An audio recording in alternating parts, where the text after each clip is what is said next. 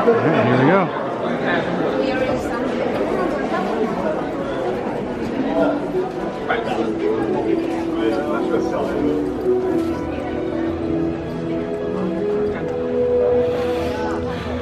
Feels very nice, air conditioned in here.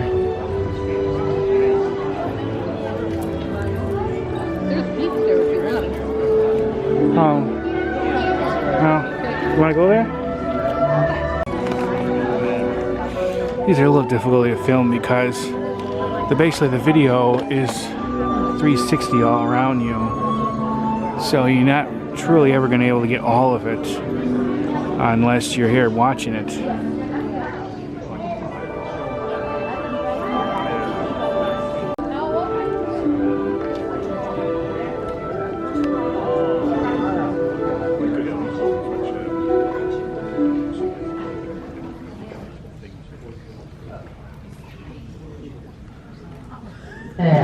During the course of our short film, you might feel as if you're moving. For that reason, we ask you please lean, but do not sit on the rails in front and behind you.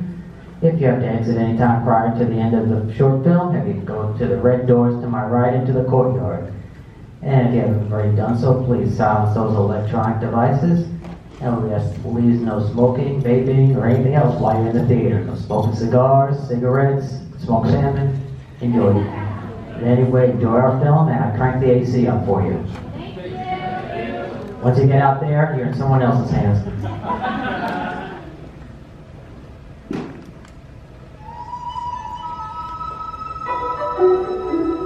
Ah, China. When one thinks of this magnificent country, one cannot help but envision the Wanli Changcheng, the Great Wall. It once stretched like a mighty dragon across 4,000 miles of China. Welcome, I am Li Bai, a poet of the Tang Dynasty, and I have returned to share with you reflections of my beloved China. Like this great wall, it winds like a road across timeless landscapes, but one can also find landscapes that are ever changing.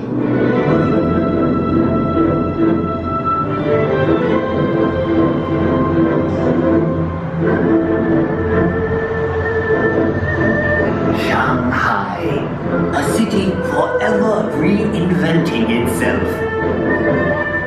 Vibrant, sophisticated, romantic.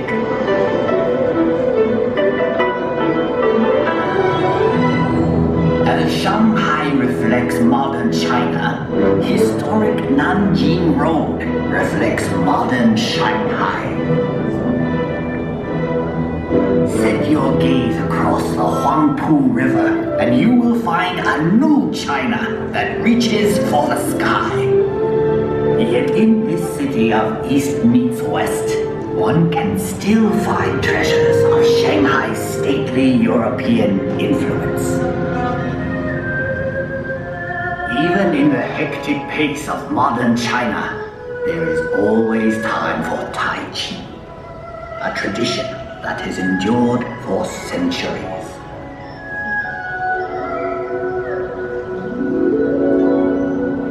Up here on Huangshan, at the Sea of Clouds, painters and poets like myself have been inspired for generations.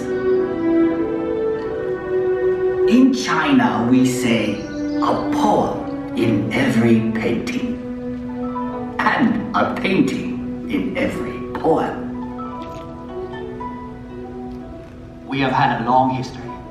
Much of it has been recorded in this fashion. However, it may be said that the history of the Chinese people is not written in ink, but with water. The mighty Yangtze River. A fellow poet once wrote, traveling against the currents of the Yangtze is more difficult than climbing to heaven. That may have been once true, but no longer.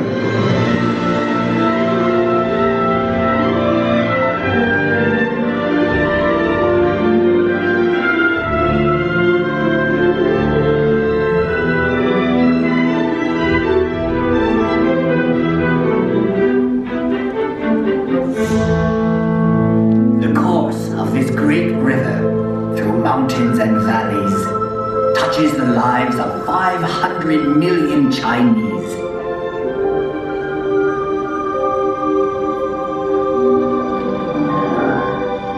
There is no better example of China's harmony with water than Suzhou.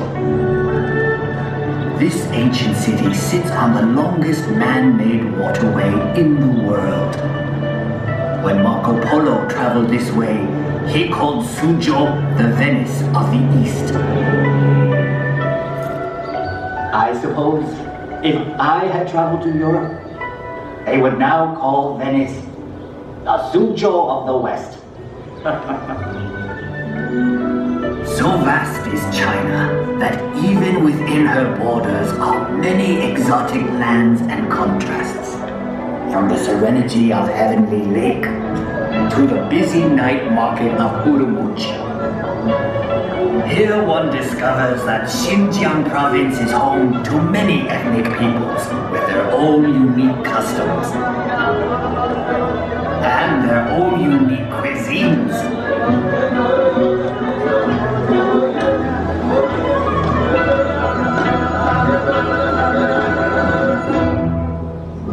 Out here in the Gobi Desert, one still finds travelers on the ancient Silk Road, the same road that over 700 years ago brought Marco Polo to these very gates. The gates of Jiayuguan, the extreme western end of the Great Wall. A visit to Inner Mongolia shows us a reflection of an earlier time. Here, the nomadic people still live much as they always have.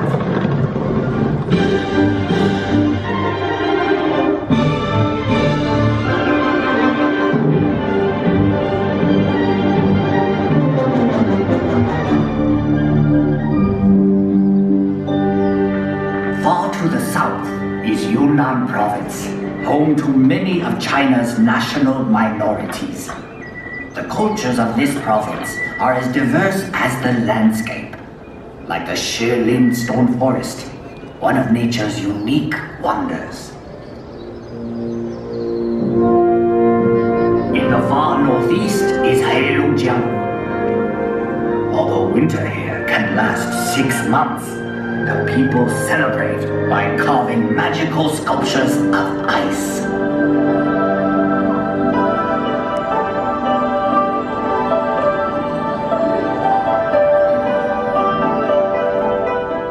Macau.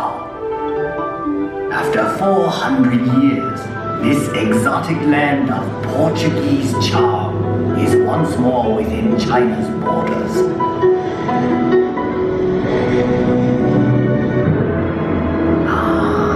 Hong Kong, one of the most exciting cities on earth. A city steeped in Western culture, but still uniquely Chinese.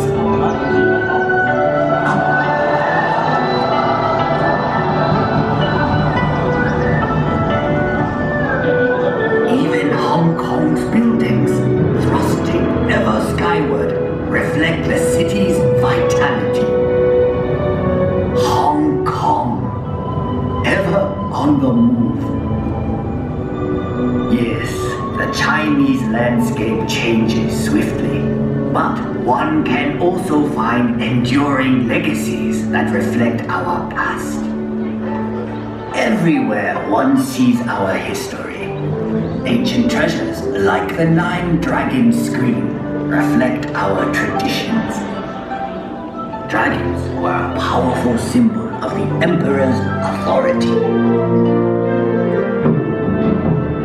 For centuries, the tombs of China's emperors have been watched over by these remarkable warriors of terracotta and these figures of stone.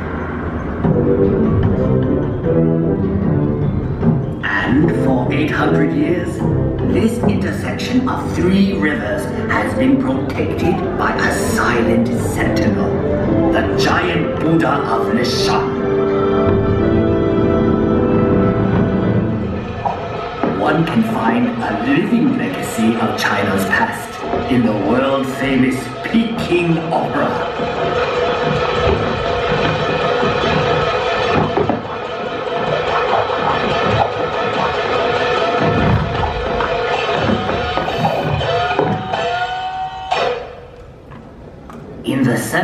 Beijing is perhaps China's greatest legacy, the Forbidden City.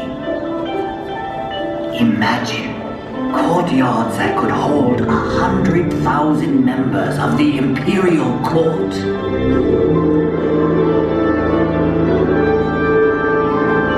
For 500 years, this vast walled city was the home of 24 emperors, the sons of heaven.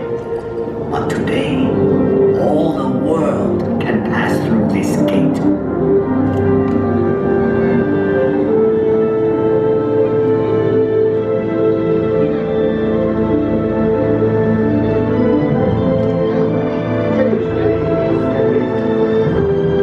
Tiananmen Square. To stand here is to stand at the heart of China.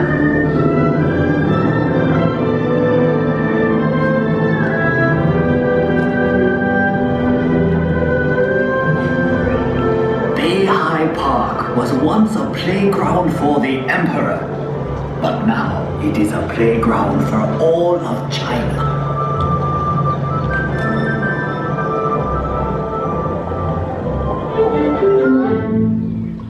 I have brought you to a place of unique beauty called Reed Flute Cave.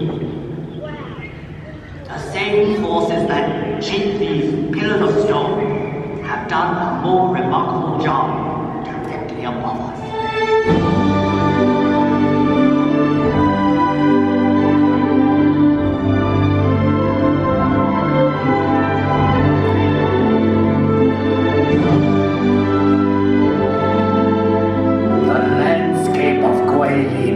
Is unsurpassed in all of China.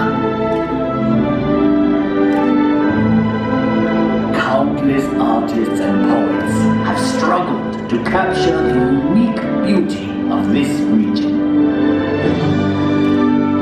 The Li River winds like a silver snake through these scattered dragon's teeth.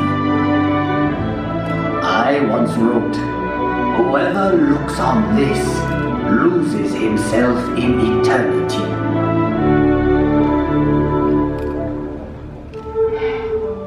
We have seen many reflections of China, but the true face of China can be found in our people.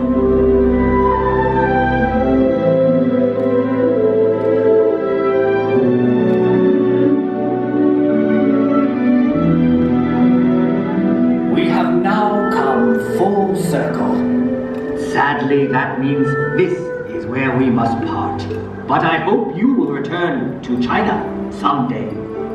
I'll wave of the hand now, and I am gone. Lowering my head, I dream that I am home. Until we meet again. Saijian.